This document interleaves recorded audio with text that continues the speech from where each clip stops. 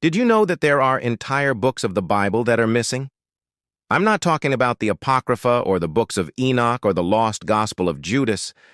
I mean actual books that were considered sacred by early Christians. These books weren't lost due to some great catastrophe like the destruction of Sodom and Gomorrah. Rather, they were purposefully set aside for safekeeping until the time was right. And then, when the time was right, they were quietly erased from history. But why? Why would the early church hide these books if they were so important?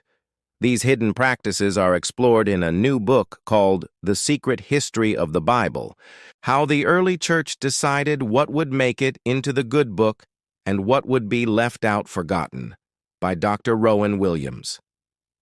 In this episode, we're going to look at some of the most shocking revelations from his book. So if you're ready to learn more about what really happened to the books that didn't make the cut, let's get into it. The Gnostic Gospels.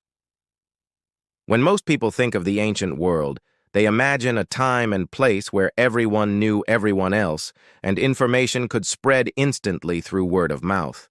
But the reality was actually much more complex. Trade routes crisscrossed the ancient world, carrying goods and ideas from one city to the next.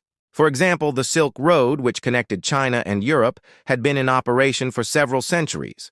And the Roman Empire, which spanned 3 continents, had a well-developed infrastructure for moving people and goods. As a result, ideas could spread quickly throughout the ancient world. However, these trade routes also facilitated the spread of misinformation and religious ideas that were considered heretical by early Christians.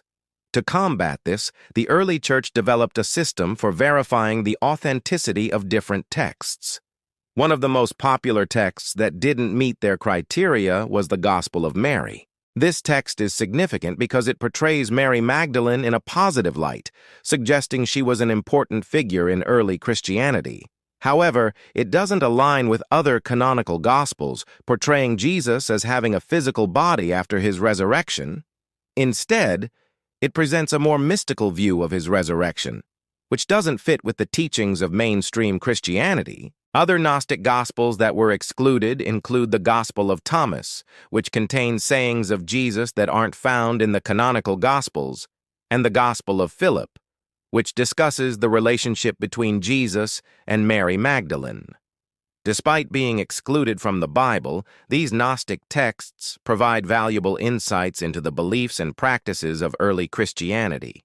They offer a different perspective on well-known figures like Mary Magdalene and provide a glimpse into the various interpretations of Jesus' teachings during that time. The Shepherd of Hermas.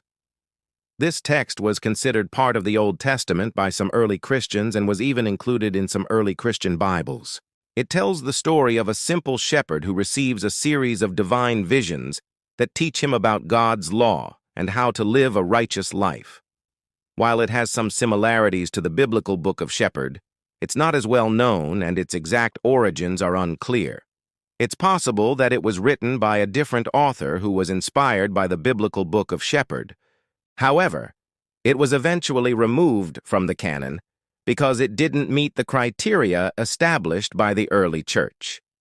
Unlike the Shepherd, Hermas is a work of fiction that uses the story of a shepherd to convey its message.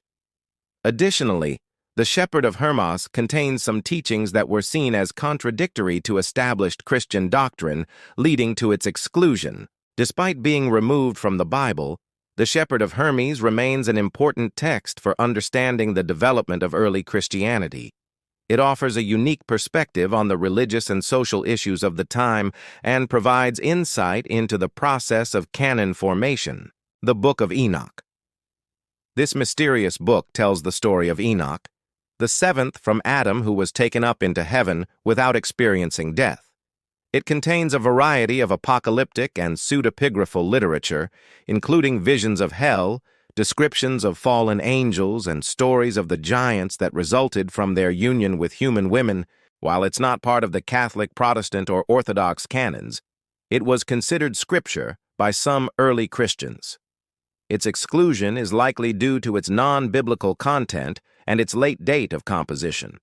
Despite being removed from the Bible, the Book of Enoch continues to fascinate readers and scholars alike. Its unique perspective on biblical figures and events and its apocalyptic predictions provide a fascinating glimpse into the religious beliefs and cultural context of the time. So there you have it. Just a few of the many books that were considered for the Bible but ultimately left out. Do you know of any others? Let me know down in the comments below, and as always, thanks for watching.